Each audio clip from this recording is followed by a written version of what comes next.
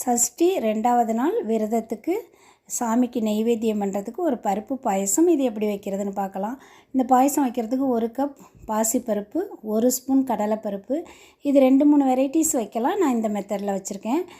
பாசிப்பருப்பும் கடலைப்பருப்பையும் ட்ரையாக வறுத்துக்கணும். வறுத்து ரொம்ப செவக்க வறுக்க வேண்டியதில்லை, கொஞ்சம் வாசனை வர்ற அளவுக்கு வறுத்துக்கணும். இது ரெண்டையும் வறுத்து குக்கரில் நம்ம கழுவி எடுத்து வச்சுக்குவோம். இப்போ அதே எண்ணெய் சட்டியில் கொஞ்சம் முந்திரியும் திராட்சையையும் வறுத்து வச்சுக்குவோம். நெய் 1 ஸ்பூன் போட்டு இது ரெண்டையும் வறுத்து எடுத்து வச்சுக்குவோம். வறுத்து எடுத்து வச்சுட்டு நம்ம பாசிப்பருப்பு கழுவி வச்சுருக்கத தண்ணி ஊற்றி ஒரு 3 கப் தண்ணி ஊற்றிக்குவோம். 3 கப் தண்ணி ஊற்றி ஒரு 5 விசில் வச்சிங்கன்னா நல்லா நைஸாக சாஃப்டாக வெந்துடும். அது வேக வச்சு எடுத்துட்டு தேங்காய் ஒரு அரை மூடி, 1 ஸ்பூன் பச்சரிசி, அந்த பச்சரிசியும் ஊற வச்சு எடுத்து வச்சுருக்கேன். இந்த தேங்காயோட போட்டு நல்லா நைஸாக அரைச்சிடலாம்.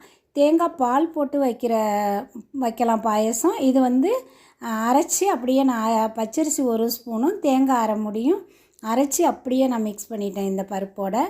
இது வெல்லம் இதுக்கு தேவையான அளவு, நல்ல 1 கப் வெல்லத்தை பாகு காய்ச்சி வடிகட்டி அதையும் எடுத்து நம்ம இந்த வெந்து போயிருக்க பாசிப்பருப்போடு போட்டுட்டு நம்ம அரைச்சிருக்க தேங்காய் பேஸ்ட் அதையும் கலந்துட்டு கொஞ்சமாக 1 பிஞ்ச் உப்பு டேஸ்ட்டுக்கு போடணும். போட்டுட்டு கொஞ்சம் ஏலக்காய் தூள், முந்திரி, திராட்சை இதெல்லாம் போட்டு சாமிக்கு நெய்வேத்தியம் பண்ணிவிட்டு சாப்பிட்டு பாருங்கள். செஞ்சு பாருங்கள். பிடிச்சிருந்தால் லைக் பண்ணுங்கள், ஷேர் பண்ணுங்கள், கமெண்ட் பண்ணுங்கள். ஃபீனிக்ஸ் பெண்கள் யூடியூப் சேனலுக்கு சப்ஸ்கிரைப் பண்ணுங்கள். தேங்க்யூ.